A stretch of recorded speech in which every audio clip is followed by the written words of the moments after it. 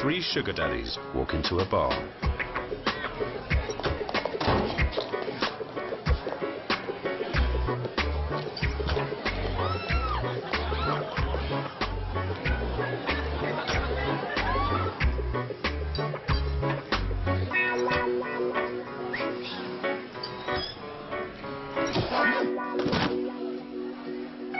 Free Olive Vodka, imported from England.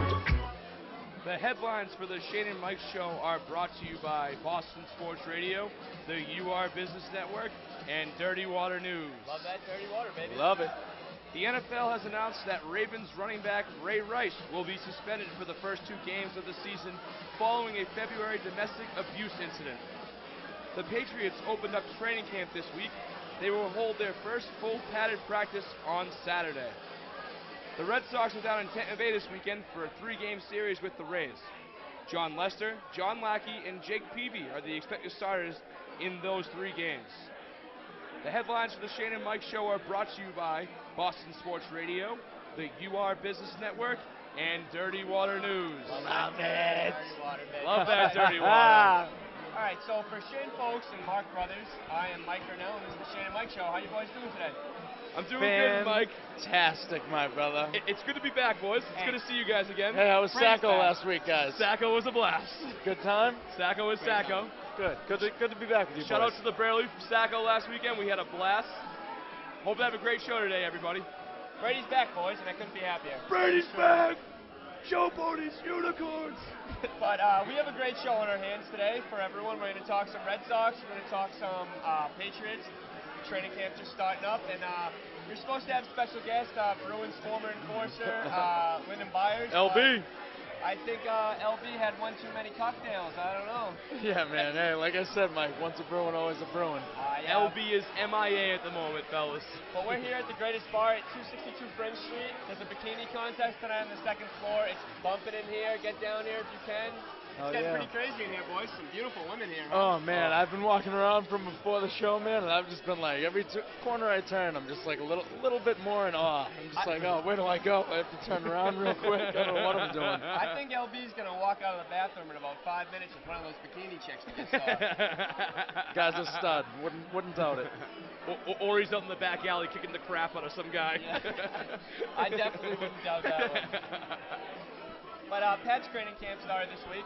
Oh, how awesome is that, boys? It is honestly, I think I can speak for all 3 of us I know when you get to this part of the year, when you hit the fall and the weather starts getting a little bit cooler, the leaves start changing colors, they start falling a little bit, you think, oh my God, winter's coming. We're in for another New England winter. All I think about this time of the year, boys, is TB12 and those New England Patriots, baby. Oh my God, am I excited. Every year, it's the same feeling. You get it, it runs through your body. It really does. It almost just like wakes you up. You get a little drowsy from the end of coming through the spring into the summer. And then once you hit this time of the year, it almost just rejuvenates you a little bit. You have something to care about again, especially with, as you guys know, these last couple months have been a little bit dry for Boston sports, man. They have. With the Red Sox being ailing. Listen, I was going to say that. It was nothing like last summer. Do you remember last summer we had the Tyler Sagan trade? Yep. We had the Kevin Garnett, Paul Pierce, that Yep. trade. Aaron Hernandez getting arrested. Aaron Hernandez getting arrested. Was Tim Tebow being signed? Yep. Yep. Tebow. Yep. I forgot about Tebow. That's a good call. Welker going to the Broncos. Yeah, I mean, Welker going to the Broncos also. That's a big one. I mean, this summer really isn't comparable at all to last summer. Jerome McGinley coming to the Bruins. Oh, jeez. Jerome McGinley leaving the Bruins. Leaving the Bruins. I mean, one thing I really want to touch on, it's really not Patriots related. I just saw it in my notebook. It's the whole Ray Rice thing. We didn't really talk about that much at all in the pre-show. It's a good way to open. Yeah, you know, we didn't talk much at all about Ray Rice in the pre-show at all. And I think the NFL, as we know, suspended Ray Rice for 2 games for the domestic violence. Abuse, but I wouldn't say he wasn't charged because his wife dropped the charges. Yep. Or fiance at the time, now wife, dropped the charges. But yeah. They're going to counseling and they're going to work on it. Yeah. My Aunt Petunia, that's ridiculous. Yeah. I mean, Ray Rice. Yeah, Mike. I want to hear what you think about this because we haven't really talked about this yet. Ray Rice. I mean, he hasn't. First-time offender. He's never really done anything to anything bad to harm his name. He's always played by the rules, but I mean, there's a video of him dragging his unconscious wife out of an elevator. And a point I want to bring up is just two really suspensions that really caught my eye. Josh Gordon's about to be suspended for this upcoming year because the passenger in his car had marijuana on him. So because the guy that Josh Gordon was with, or even Josh Gordon for all I care, I hope it was Josh Gordon because he's a football player. He does a number on his body, and I think I think professional football players should be prescribed marijuana, medical marijuana. I thought that for a while, though. But Josh Gordon's about to be suspended for an entire year for smoking a joint. Lo and behold, that's absolutely ridiculous. This guy just kicked the crap out of his wife, and he's only getting 2 games. Ridiculous. It's an awful precedent. It's embarrassing. That the NFL is setting. I mean, the domestic violence issues, I feel, is a way more growing problem in this country than marijuana is, and I think the NFL has to almost get with the program that marijuana is really being it's not as frowned upon as it used to be. Yeah, it's not. And they should start taking things like that are more in this age that are more prevalent, like relevant. Like domestic violence, Opiates. And opiates, and with football players especially. And I was listening to Felger and Madsen, and they brought up a great point. If they did potentially prescribe NFL players to medical marijuana, would that lower the risk of a former NFL player getting addicted to painkillers? Because the NFL is the highest painkiller rate. I think I'll, if you don't mind me taking this one first, Mark. Yeah. I think that you have a very strong point there, Mike. The fact that, I heard this point on Toucher and Rich this morning, actually. They said the simplest way that you can put the scenario between the Ray Rice thing and the Josh Gordon situation is, if you had a child, what would you rather your child do? Would you rather have to see that your child has beaten a woman unconscious and dragged her body out of an elevator, or would you rather your child be caught with some type of marijuana, whether it be medical marijuana or whether it even be in, some states aren't as lenient as Massachusetts is, but there's still a distinct line there where it's different. See, that's a great point, and that brings me to my point. A caller called into 98.5 Sports Hub earlier. I forget what show it was, and he said, I went to Denver this past weekend, and I purchased marijuana legally. I heard this also. And he said, if I went back to my hotel room after I purchased the marijuana, smoked it, I could have thrown it out for all I know, but if he went back to his hotel room and kicked the crap out of his girlfriend, he's getting arrested. He's getting arrested, and he's not getting arrested for buying the marijuana. Yeah, exactly. The tough part of this really is that the NFL and their guidelines have, for drugs, like say, whether it's marijuana, whether it's PEDs, anything like that, they have a specific rule for if you get caught, this is the suspension. Something like this with Ray Rice and the domestic abuse, it's not set in stone what the suspension for something like that would be. Now, you can go back to Ben Roethlisberger a few years ago where he didn't get charged with anything either, but he got a 6-game suspension. Yeah. So it all comes to the point where I don't understand what Roger Goodell's doing here. Why wouldn't you just give the guy a higher suspension to start with, and then maybe from that point on, whether you stick with that suspension, whether you find out more evidence from when it goes judicially or when it goes to court, you find out something else, you might lower it. But why would you give the guy only a 2-game suspension? It doesn't make any sense to me. I think that when he could have made a big move there and could have kept with the name that he's made himself as the commissioner of the NFL, and he could have done something big, especially for all the women fans, and I think he missed a real big opportunity there. Yeah, and Shane, that's my point I'm going to get to, and I'm going to make 2 points about this. If you guys don't mind, I'm going to take this real quick. First of all, I don't care, all the men out there, I don't care how mad you ever get at a female. There is no excuse in the book for you to ever hit a woman, especially if you're an NFL player. You could knock a grown man unconscious. Never mind a woman who is not even close to the physical stature of you. 100 pounds, My second thing here is I am very, very upset about with the NFL, and because they preach about all this conduct and you carry yourself professionally and all this mumbo jumbo. You guys know I can go on and on. But here's the thing: what's it going to do to their female viewers? Are female viewers going to think you have no respect for us, that a guy who, as you said, who's smoking weed, you're giving him a year suspension, but a guy who is caught on tape, physical evidence of him dragging his fiance's unconscious body out of an elevator. Like, that was awful. Watching that video was almost painful. Well, another point I'd like to say before you go on is Terrell Pryor in 2011 was suspended for 5 games for when he was in college for just getting a couple free tattoos. Improper benefits, I understand, but the guy gets a couple free tattoos. Yeah, he's a college football player. Brings a lot to At Ohio State. Yeah, 5 or 6. I'm not too sure. I mean, I thought it was 5, but he gets 5 games for getting a couple free tattoos. And he wasn't even part of the National Football League. Yeah, and this guy, they have video evidence of him dragging his unconscious wife. I heard, knew it's going to be great for very, very bad for the NFL.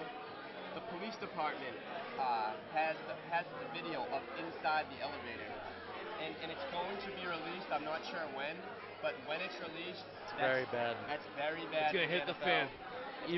Even worse too. Imagine a guy. I mean, obviously, you said Ray Rice, first-time offender, but what if he does this again?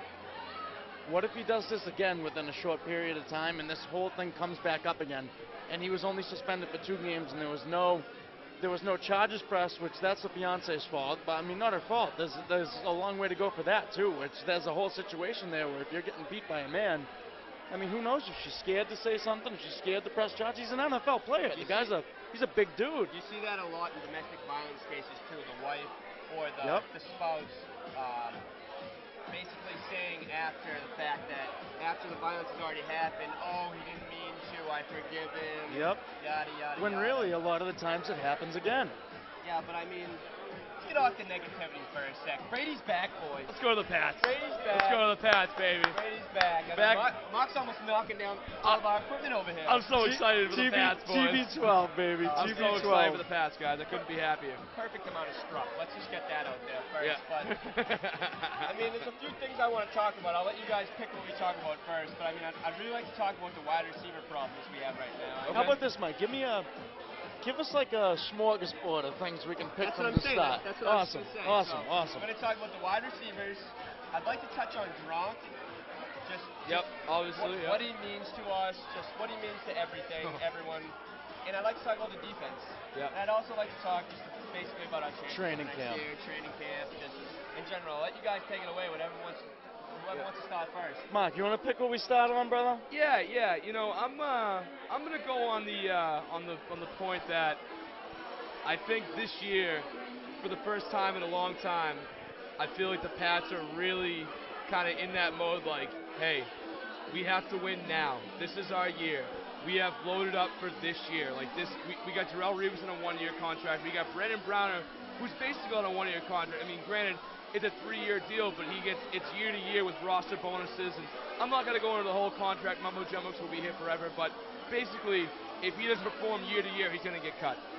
So now this goes to the next point that, in my opinion, the Pats are the team to beat in the AFC. Even though Denver, yes, Denver is still formidable and a great team. But I'm going to give you guys a couple things. The last team to make it to the Super Bowl after losing in the Super Bowl was the 92-93 Bills, okay? Second of all, I want to go through Denver's positions on their quote-unquote upgrades, and I'll go through the Pats upgrades, okay? So, Aqib Talib, he was an upgrade, but not a huge upgrade over Dominique Rodgers-Cromartie. Especially with injuries. It wasn't a bit, like there's a gap, obviously. Like, I'm not saying Aqib Talib is not a better player than Dominique Rodgers-Cromartie. I'm not saying that at all. But it's not a massive upgrade. Both good plays, solid plays. TJ Ward, that was a great acquisition, okay? DeMarcus Ware, how good is he at this age? I mean, he's getting older. His production's gone down over the last couple of years. I mean, how good is he going to be? And Emmanuel Sanders, an upgrade over Eric Decker? Absolutely not. Absolutely not. Downgrade. Everyone's really going to see. Great point, Shane. everyone's really going to see how much they're going to miss Decker this year. Because, I mean, under the radar, Decker had 1,210 TDs last year. The guy was a stud. I mean, he's an absolute stud. Wait. How many TDs? 10 TDs. I thought you said 1,210 TDs. I was like, 1,200 yards. Yeah, imagine. Yeah. Jesus. That's some type of record. And you got to think on the Pat side, right? That defense, Revis makes a defense so much better. And now Revis is saying he's in the best shape he's ever been in his life. Revis is one of the best defensive players in the NFL when healthy and when on the field. And I see him playing all 16 games this year. Brandon Browner, a lot of scouts are saying that he's the best press cover corner in the NFL. Like, he can lock you down. Big body. There were people saying at training camp that they thought it was Jamie Collins lining up on the outside. That's how big Browner is. Wow. Like, Browner's a big boy. So this also, on the defense, going back to what you're saying about defense, I feel like this is going to open up a lot of different blitz packages that Belichick can really work with and use that brain of his, because as you know, in the past couple of years, they had to be really conservative because they didn't have the personnel to take chances. Now we have that personnel. Or maybe their personnel just wasn't experienced enough. Well, no, we didn't have a star like Darrell Revis in our But secondary. still, we had a lot of good personnel that could make plays. It's just they've been coming up, and now it's to this point where when you add a guy like Revis, I think, and Browner, and you put all those other parts that for the last 5 or 6 years they've been building into the system, and getting them to all develop. I think once you add a guy like Revis, and we'll see what Browner brings to the table, because I mean Revis is a sure thing to me. Yeah. But a guy like Brown, we'll see what he brings to the table, especially after being suspended for the first 4 games. But I think that with all the other parts that they've built, and you add a guy like Revis, that puts them to where they need to be. He's the X factor. Yeah, no, I absolutely agree. Like, we haven't had a defensive player like that. I can't remember the last time we had a defensive player like that. I mean, like, Revis is the real deal, and like, you know it. One more thing I'd like to say about defense before, Mike, I want to hear what you think about this too, but a thing I liked at the end a lot of last year, towards the middle of the season and towards the end of the season, they started switching it up. But I like the fact that they were allowing Dante Hightower to make plays. They're allowing him to run all over the field and use his instinct to make plays instead of confining him to one certain area and stuff like that. Yeah. Because for a lot of the time, you'd think, oh, this guy, he's a first-round pick out of Alabama, product of Nick Saban. And you're like, oh, come on, let's show us a little something. He has What's a great taking him track so long? record. He has a great track record. And then you didn't see much from him at the beginning. But then last year when they opened that up, and they actually started after, I believe it was after the absence of Mayo. Yeah, well, he had to fill in for that role. Exactly. And you actually let him go out there, and you could see some of the things that he can bring to the table. I think that's really exciting for this year, especially going through training camp to see how he's going to develop through having almost what you would call half of a breakout season last year to coming into his 3rd year in the league now. Staying on the defense topic, Belichick in his weekly press conference yesterday to start off training camp said that the defense and basically the entire team revolves around Captain Gerard Mayo. And when you think about that in perspective, he wasn't even there last year, and we still made it to the AFC Championship. Did he get hurt in the Saints game that we were at? I think it was before that, if I'm not mistaken. I'm not sure. I'm sorry, my bad. Oh, no, it's all good. But with the addition of Mayo, I mean, obviously with the new guys bringing in Revis and Browner, obviously that's going to make the defense huge. But I think getting the old guys, Wilfork and Mayo, back is just as big, if not absolutely. bigger. And another point I wanted to say about Revis is, coming off a torn ACL, you're not at 100% until a year and a half after the ACL injury. Yep. I mean, that's right now. Yeah. That is right now. I think, Shane, like you said it, he's going to play 16 games this year. And I think he's going to give it everything he's got in those 16 games. I think he's going to look real good. I mean, I think he's here.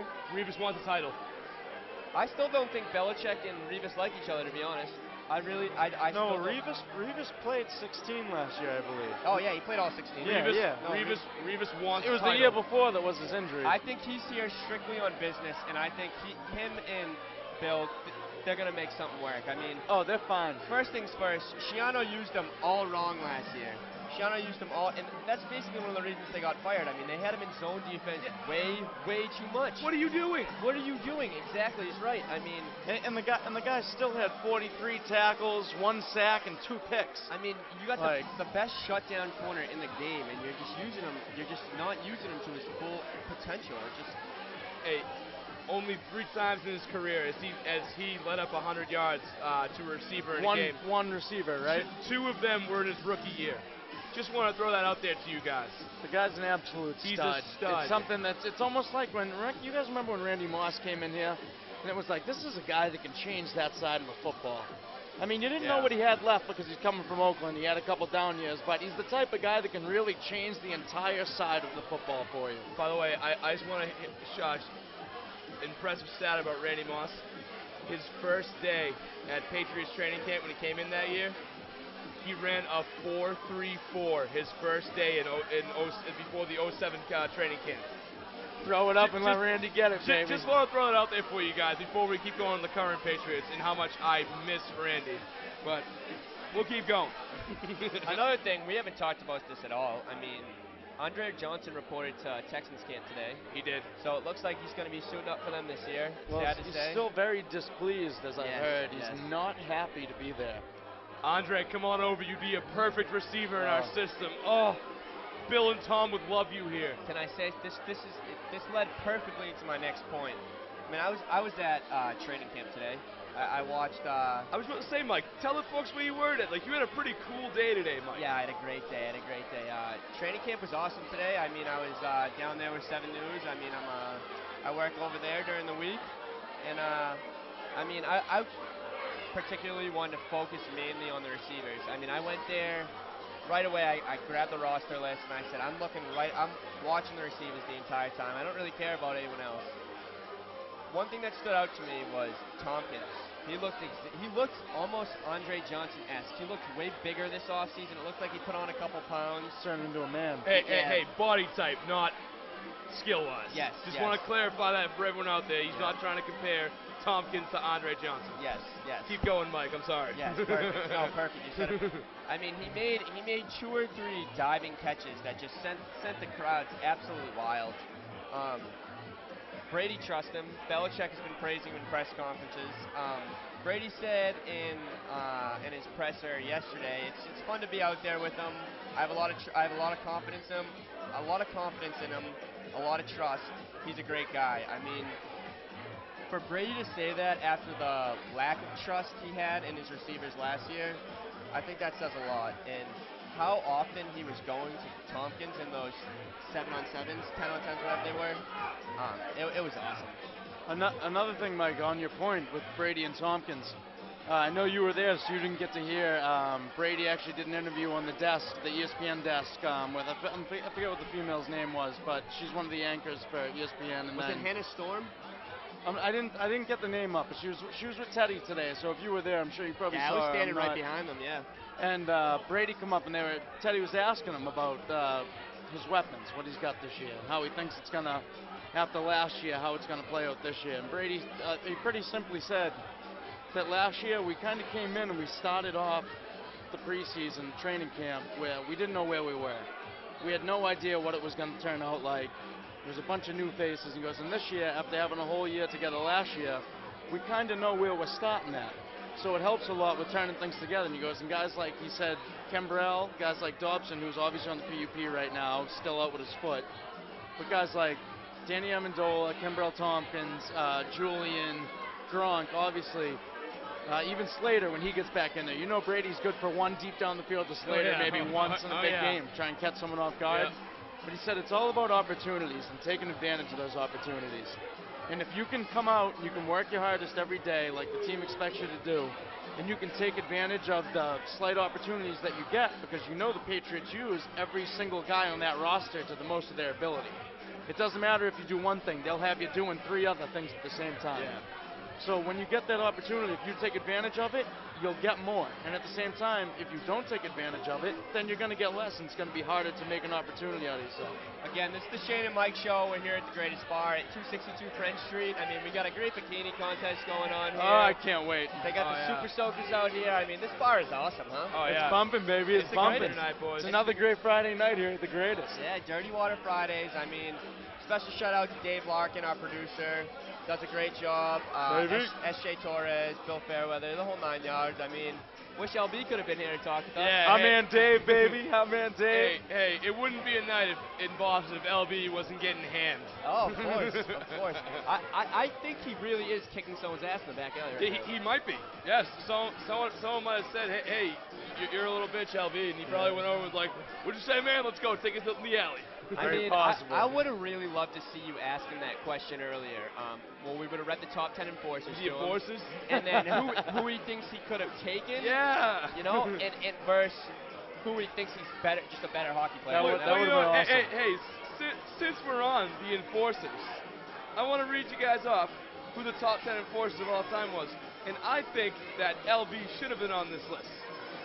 Clark Giles, Ty Domi, Dave Schultz, Terry O'Reilly, Marty McSorley, Dave Manson, Chris Neal, Chris Nealon, Dave Tiger Williams, and Bob Probert. Now, who in that list would you want to see fight?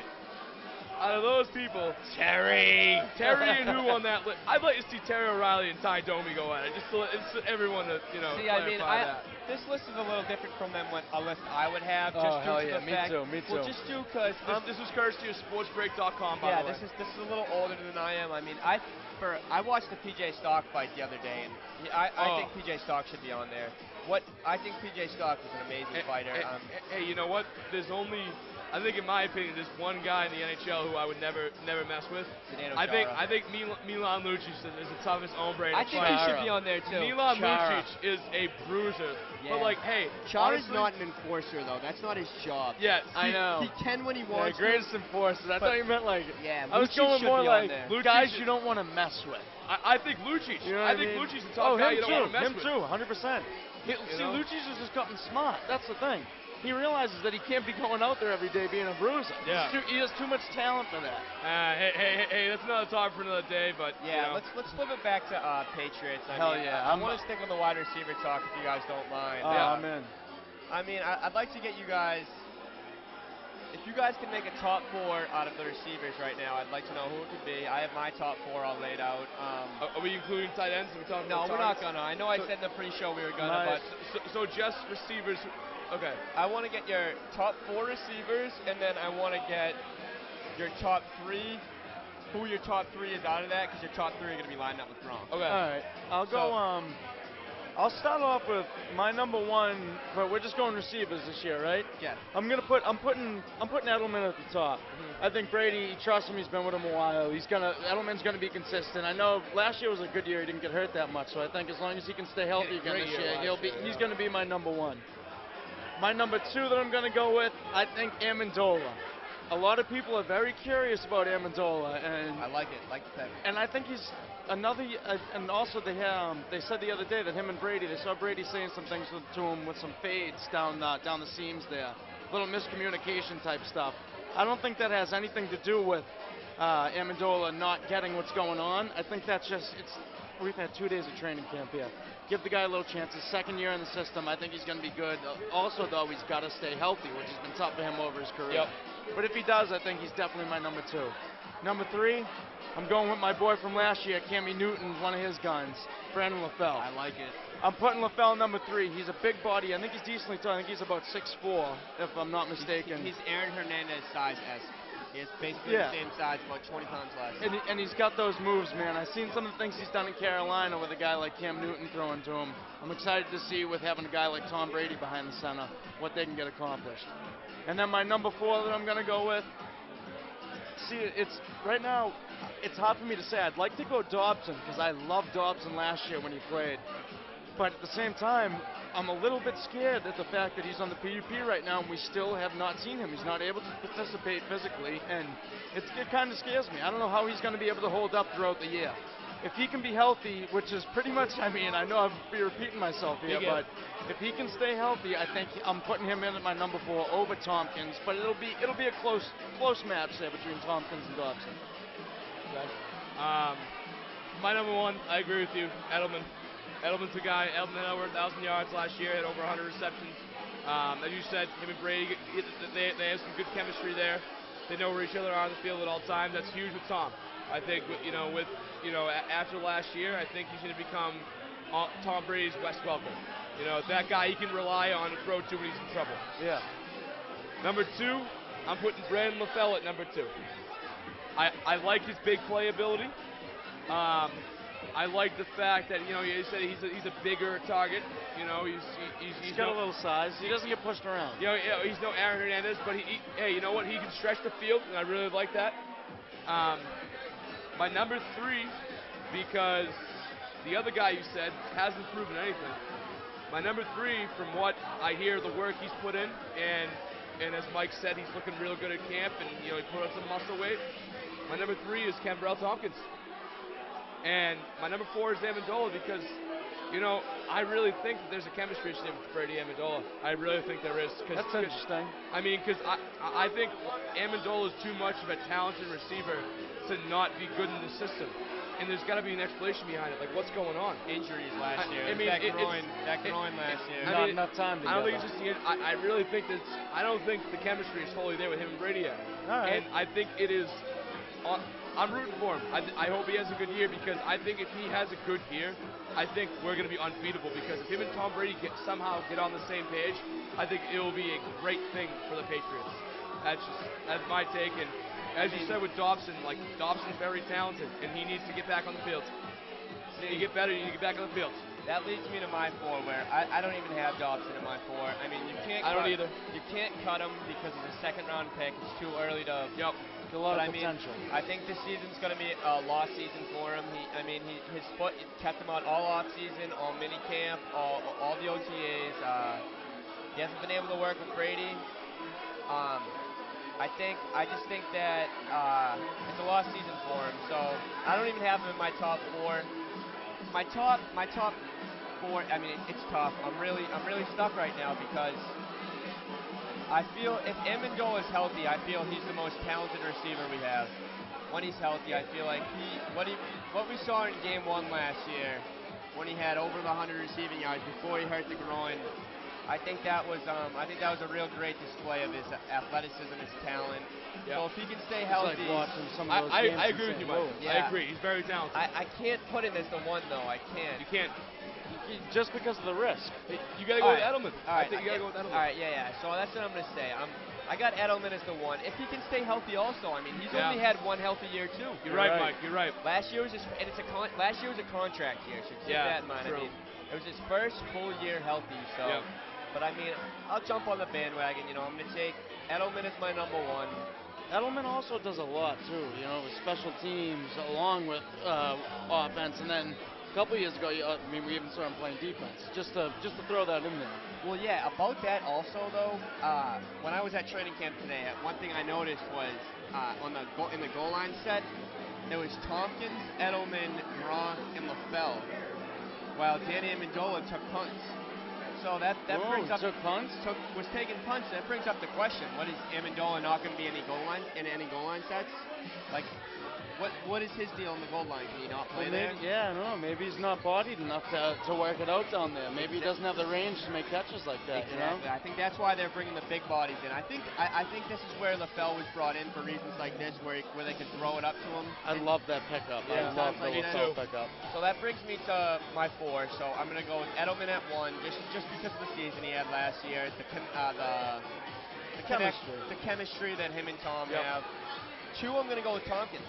Wow. I mean, what I saw out of him these past few days at training camp, I mean, he's really, really impressed me. I mean, I wasn't on the Tompkins bandwagon last year. He doesn't have breakaway speed.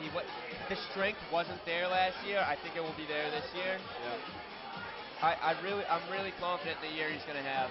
Another year growing up. Yeah.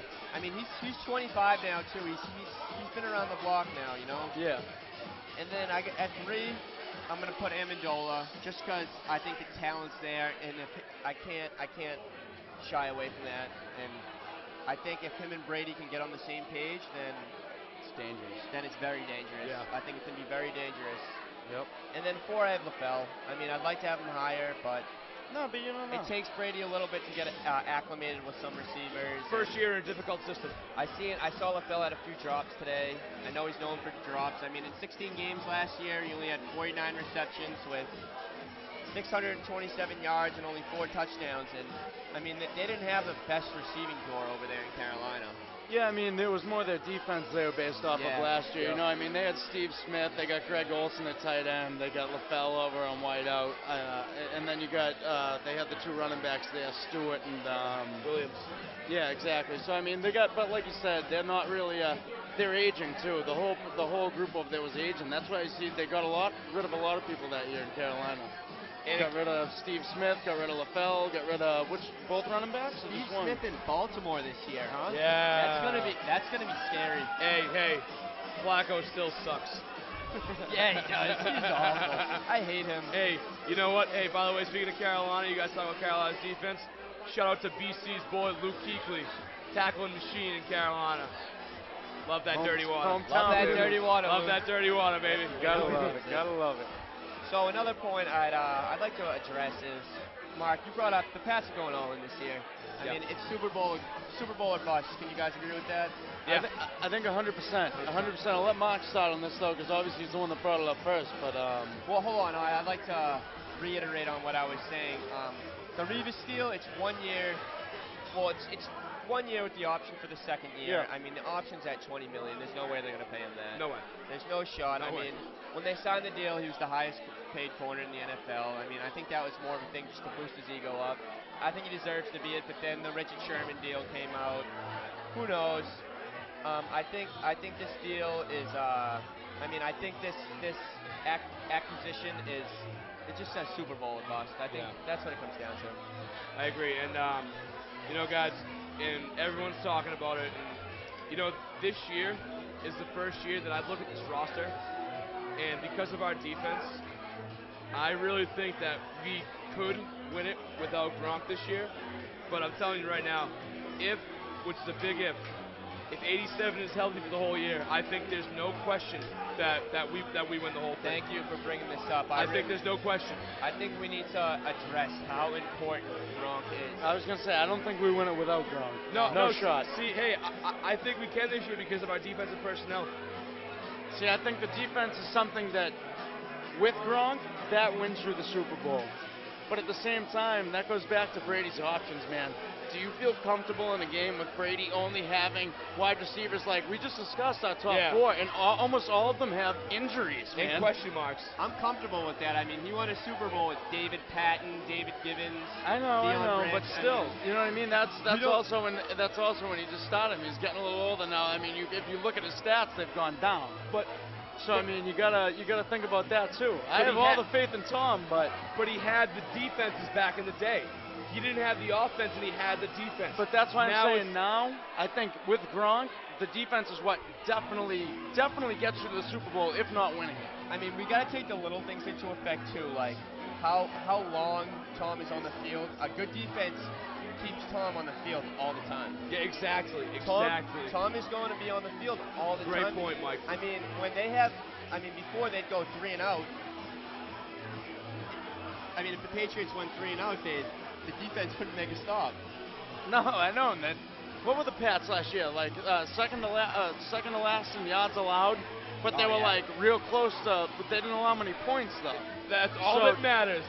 Bill knows but not the really. only stat that matters. It is what matters, but at the same time, if you can have a defense that'll keep your offense on the field for way longer, that's obviously your goal. You want your offense on the field for as long as possible. You don't want a defense letting up 1 million yards and getting shade up all game. Shane, everyone, and I hate it, and unfortunately you're one of these people, and I have to go at you right now, Shane, and I apologize. Bring it. You're one of those people who looks way too much into the yards. Bill knows what wins a football game? Points, yes. When you score more points than the other team. So what about injuries? So Bill had a figure with a less talented defense. He had to hold them to as fewest points as possible. And guess what? They were in the top 15 in points last year.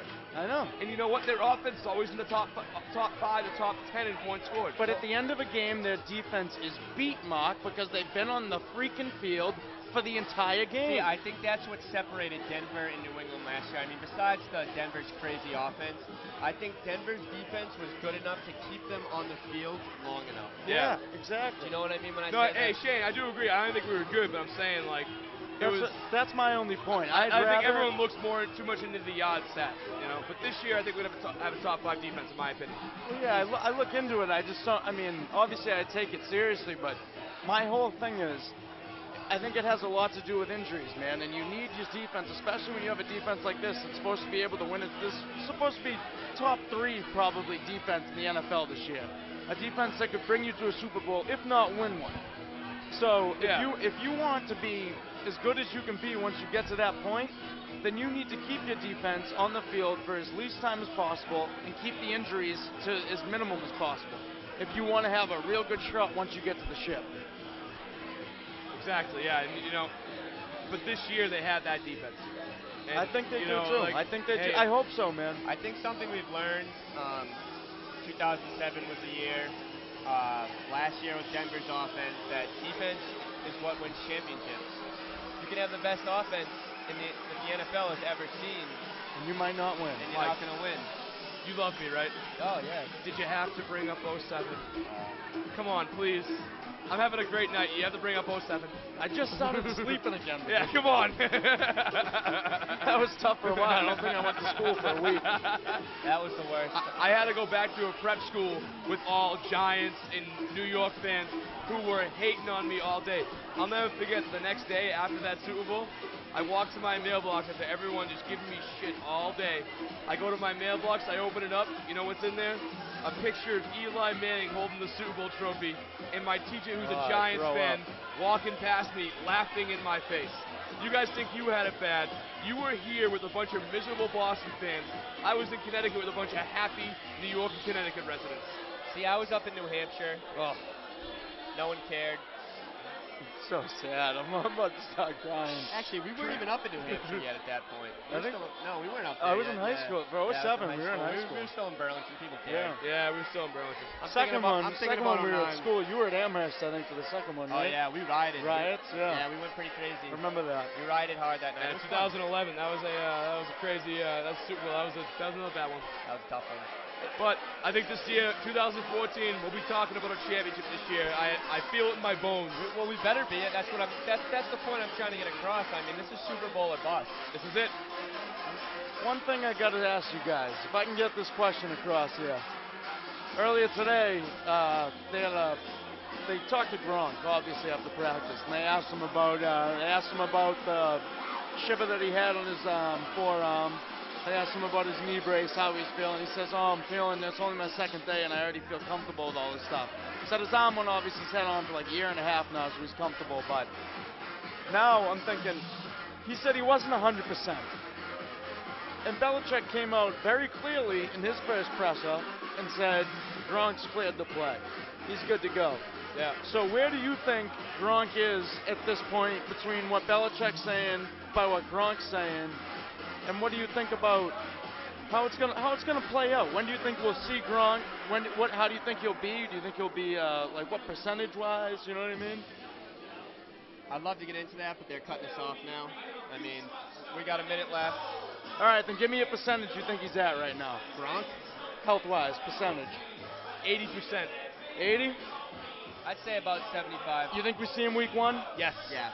Oh, absolutely. That works for my question then. That works. Yeah, no, I mean, he's going to be in full pads tomorrow. He was not going to be participating in the contest, but he's getting the pads on. He'll be there week 1.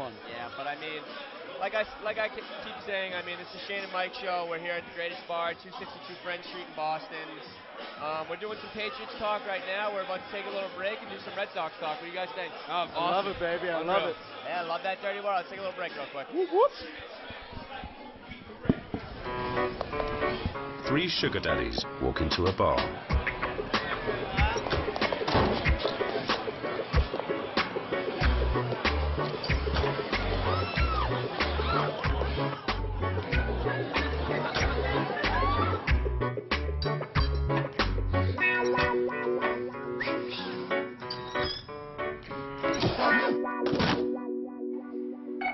Three Olives vodka, imported from England.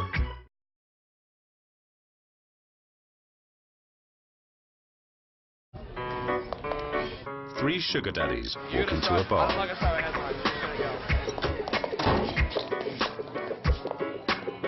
Three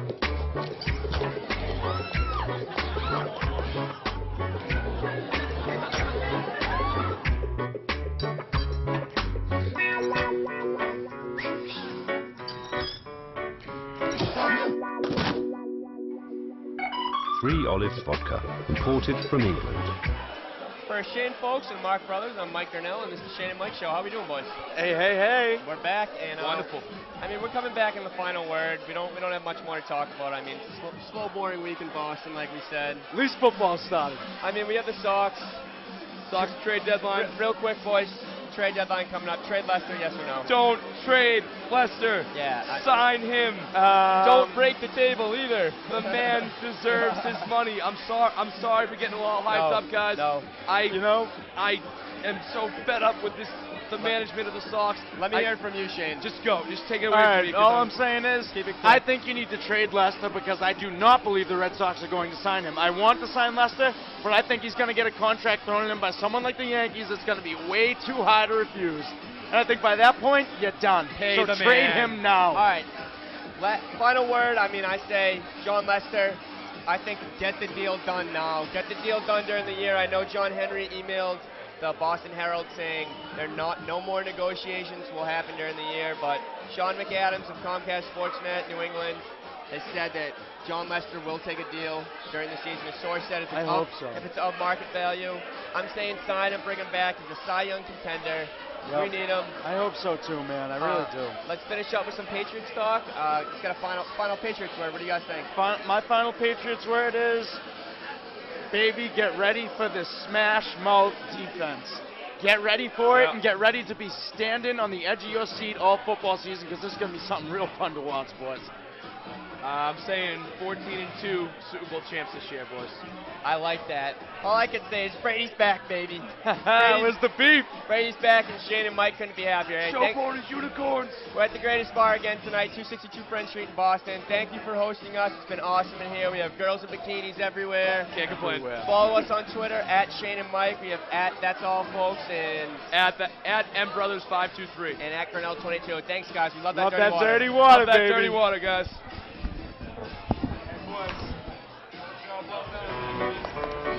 3 sugar daddies walk into a bar.